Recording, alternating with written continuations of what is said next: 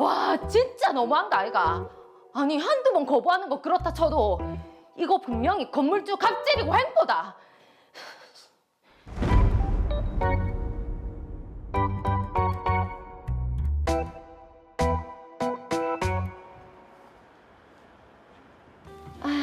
쿠키 예약권은 다 포장해놨고. 아휴, 보자. 큰일이네. 아니, 치료받으면 좀 괜찮다가도 무리하면 또 안 좋고. 카페 그만 접어야 되나? 언니! 정미야, 니 잘 왔다. 니 카페 계속 해볼 생각 있나? 있지. 왜? 언니 카페 그만하려고? 그럴라고. 내 장사 8년째 했더만 막 손목이고 뭐고 골병 안 든 데가 없다. 그리고 우리 빈이 초등학교 들어갔잖아. 신경 써야 될 게 의외로 많더라고.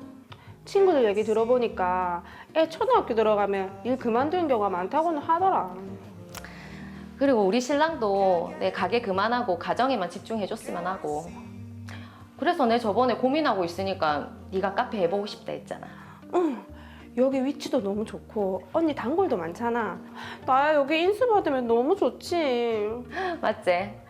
여기 노리는 사람도 많은데 내 정민이니까 특별히 먼저 말해주는 거지. 아이고 고맙습니다요.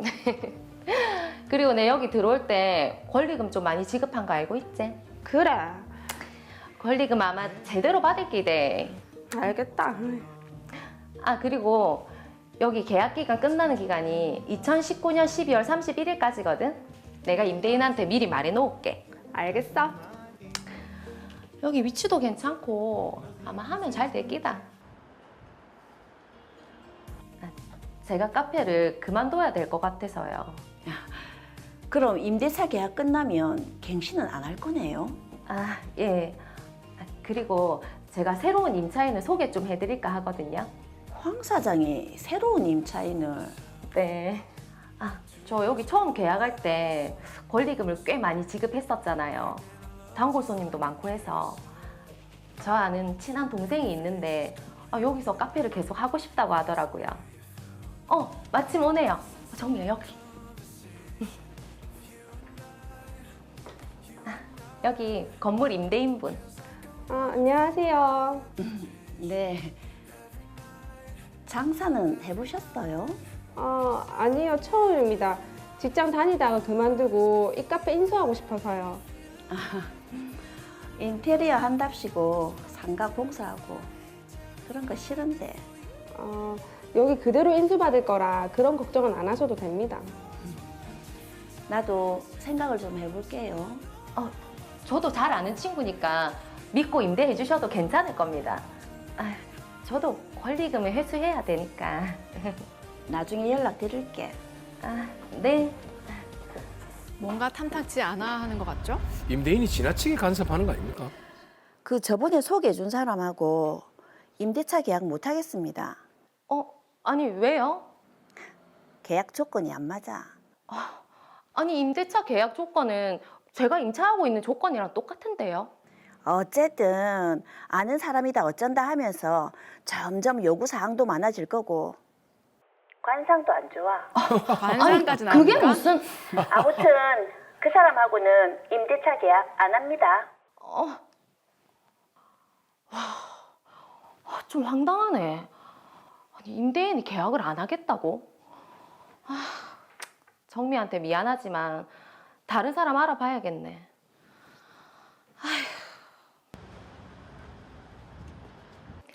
새로운 임차인으로 제 지인은 싫다 하셔서 제가 다른 임차인을 구했거든요. 그런데 황 사장, 내가 참 고민이 많네. 네? 최근에 이 건물을 사고 싶다는 사람이 있어서 건물을 팔까 협의 중이라. 소개해준다는 그 사람하고도 임대차 계약을 못 하겠네. 그럼 나는 약속이 있어서. 와, 아니 건물 판다는 얘기는 한 번도 한 적 없으면서 와, 갑자기? 좀 너무하네. 하지만 더 이상 건물 매매에 대한 이야기는 없었습니다. 그렇게 전 임대인에게 새로운 임차인을 2번이나 주선해줬지만 아마 임대인은 매번 이런저런 핑계를 대면서 임대차 계약을 체결하지 않았습니다. 와 진짜 너무한 거 아이가? 아니 건물 판다고 내놓은 것도 아니고 아니, 괜찮은 임차인 소개해주면 번번이 이상한 핑계 대면서 안 한다 하고 이거 분명히 건물주 갑질이고 횡포다. 근데 이러다가 권리금도 제대로 회수 못하고 나가야 되는 거 아이가? 진짜 어쩌노?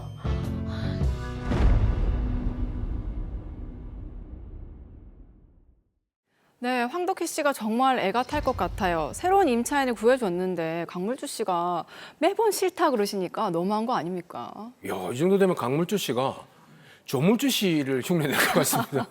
아니, 너무한 것 같은데 일단 빨리 해결책을 한번 알아보겠습니다. 더 로이어 사건 번호 제451호입니다. 황덕희 씨는 강물주 씨 소유의 상가를 임차해서 8년간 카페를 운영하고 있었습니다. 그런데 건강상의 이유로 더 이상 장사가 어려워져 계약을 갱신하지 않을 계획이었는데요. 황덕희 씨가 처음 상가에 들어올 때 권리금을 꽤 지급했기에 지인에게 권리금을 받고 카페를 넘기려고 했습니다. 그래서 임대차 계약이 종료되기 약 4개월 전에 임대인 강물주 씨에게 지인을 새로운 임차인으로 추선을 해주었습니다. 그러나 강물주 씨는 특별한 이유도 없이 임대차 계약을 체결하지 않았습니다.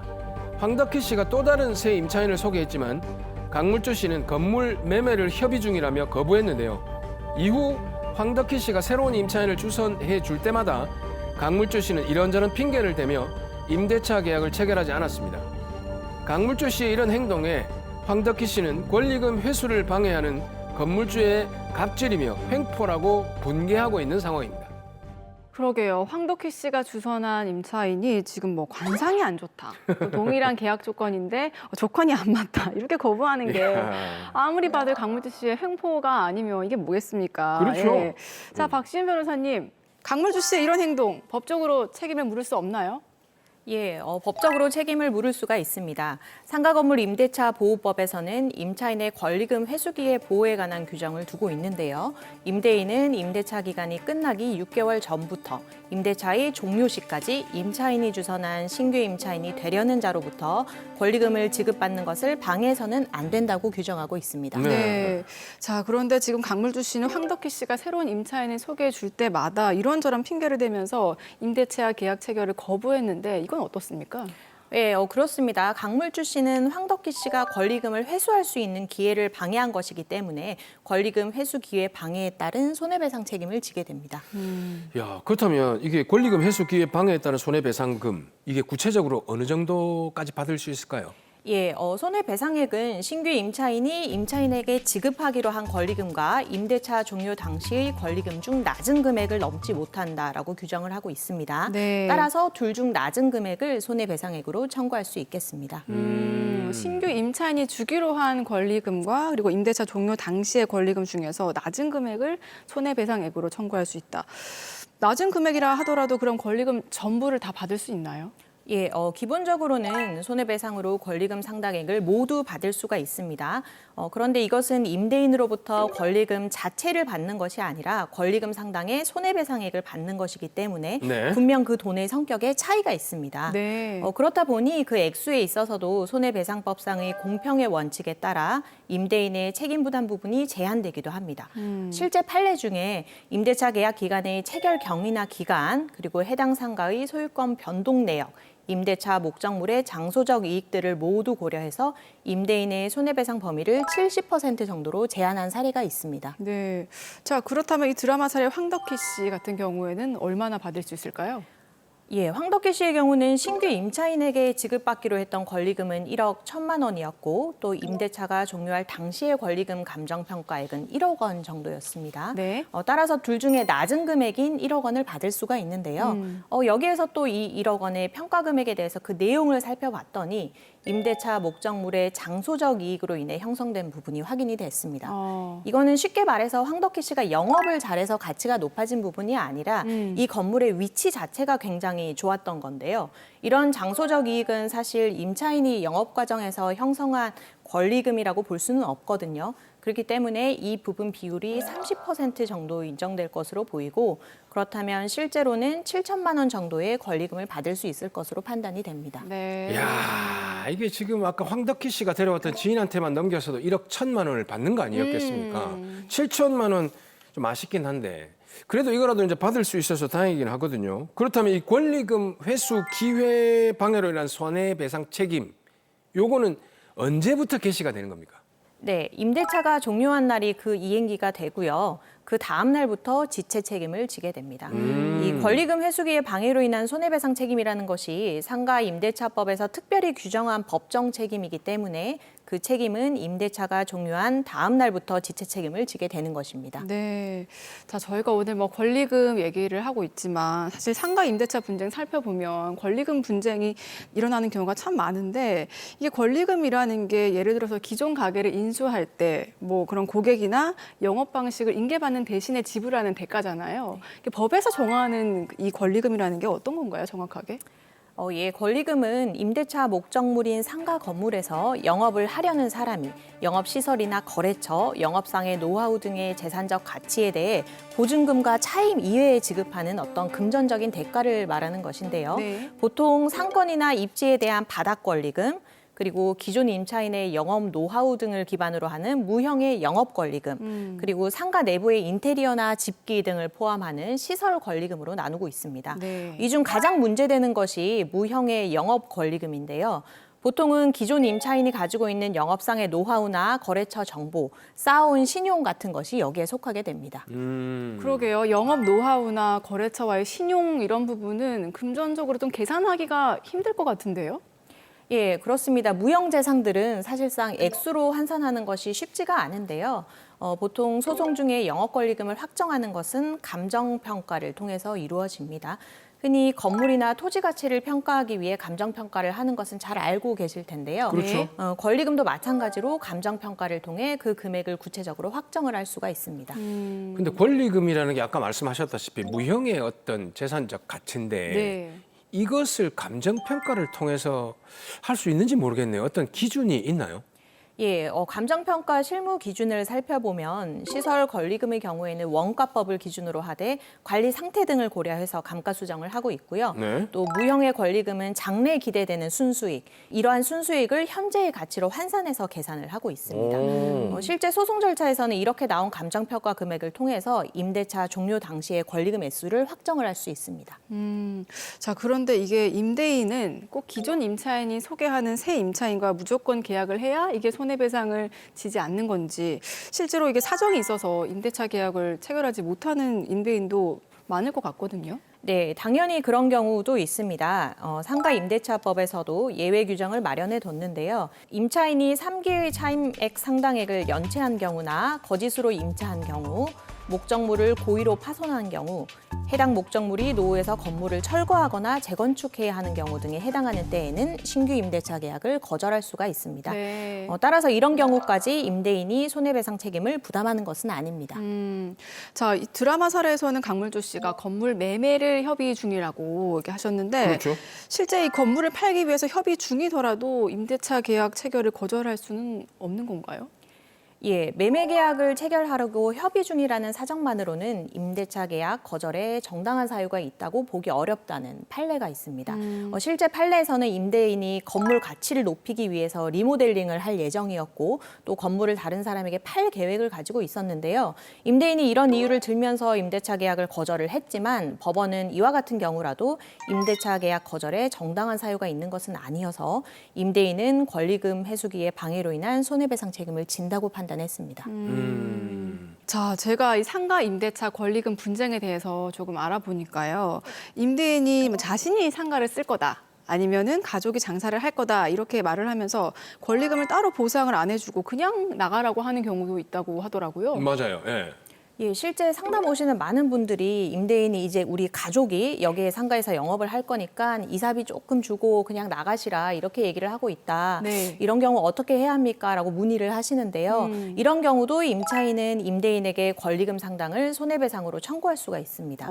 사실상 임차인 입장에서는 내가 새로운 임차인을 주선해서 충분히 권리금을 받고 나갈 수 있는 상황인데도 임대인 가족이 운영한다는 이유로 그 네. 기회를 빼앗겨 버린 것이거든요. 그렇기 때문에 이러한 경우에도 손해배상액을 청구할 수가 있습니다. 야, 근데 지금 저도 이제 한번 그 건물을 임대했다가 나가고 한 경험이 있었는데 건물주들이 잘 모르는 분들이 있어요.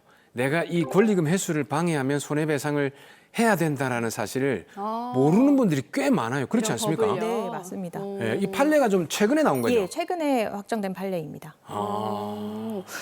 자, 어쨌든 임대인이 방해해서 권리금을 회수할 수 있는 기회를 빼앗기고 있는 임차인들 많으실 텐데 그럼 이런 분들은 어떻게 대처를 해야 되는지 그리고 임대인에게 손해배상 책임을 묻기 위해서 좀 명심해야 할 그런 포인트 좀 짚어주세요. 네, 4가지를 명심하셔야 합니다. 첫째, 임대차 종료 6개월 전부터 임대차 종료 시까지 그 사이에 신규 임차인을 주선해야 합니다. 둘째, 법에서 정한 계약 거절 사유에 해당하지 않아야 합니다. 대표적인 사유가 아까 말씀드렸던 임차인이 3기 이상의 차임을 연체하는 경우에는 계약 거절을 할 수 있기 때문에 이 점을 꼭 유의하셔야겠습니다. 네. 셋째, 손해배상 액수는 신규 임차인이 주기로 했던 권리금과 임대차 종료 당시의 권리금 중 낮은 금액으로 하되 여기에서도 임대인의 책임이 제한되어야 하는 사정이 있다면 더 감액될 수가 있다는 점을 알고 계시면 도움될 것 같습니다. 네. 자, 그럼 이제 4가지 중에 마지막 하나 남았네요. 어떤 겁니까? 예, 마지막으로 소송에서 가장 중요한 것은 시효 문제인데요. 임대인에게 손해배상 청구할 권리는 임대차가 종료한 날부터 3년 이내에 행사하지 않으면 시효 완성으로 소멸하게 되니 이 기간 안에 꼭 행사를 하셔야겠습니다. 네, 말씀해주신 4가지 꼭 기억을 해야 되겠습니다. 자, 이 사건 정리해 볼게요. 마지막으로 의뢰인 황덕희 씨에게 한 말씀 더 해주시죠. 네, 임차인이 더 이상 계약갱신 요구권을 사용할 수 없어 나가야 하는 경우에는 사실 들어올 때 냈던 권리금만이라도 회수해야 한다는 생각이 간절한데요. 이때 신규 임차인을 주선해줘도 건물주가 번번이 거절을 하면서 권리금 회수를 방해한다면 답답해하지 마시고 권리금 회수기의 방해에 따른 손해배상 청구 소송을 통해 권리금 상당액을 보전받으시기 바랍니다.